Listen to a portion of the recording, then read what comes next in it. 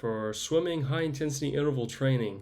The reason we're doing this is because we want to train our anaerobic capacity or ability to exercise without oxygen. You use this a lot in tennis from the back and forth and forward and backwards movements.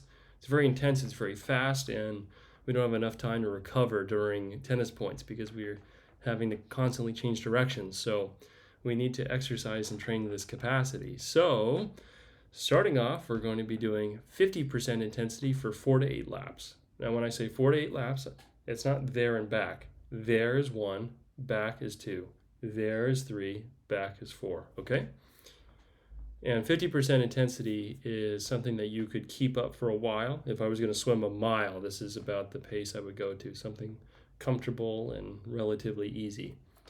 So after 4 to 8 laps, you're going to bump it up to 70-75% intensity. Now this is a relatively fast swim, one that I would have trouble keeping up for a while, but it's not an all-out sprint, all-out pace that I could go.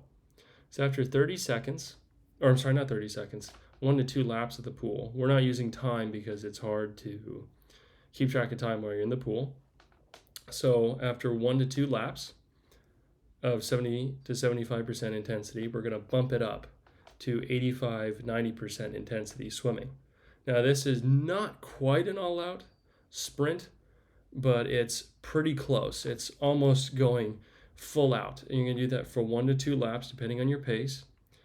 Now after 30 seconds, so it'll be 6 minutes total, or well, we're not using time, but after the 1 to 2 laps, we're going to be dropping it back down to the 50% intensity.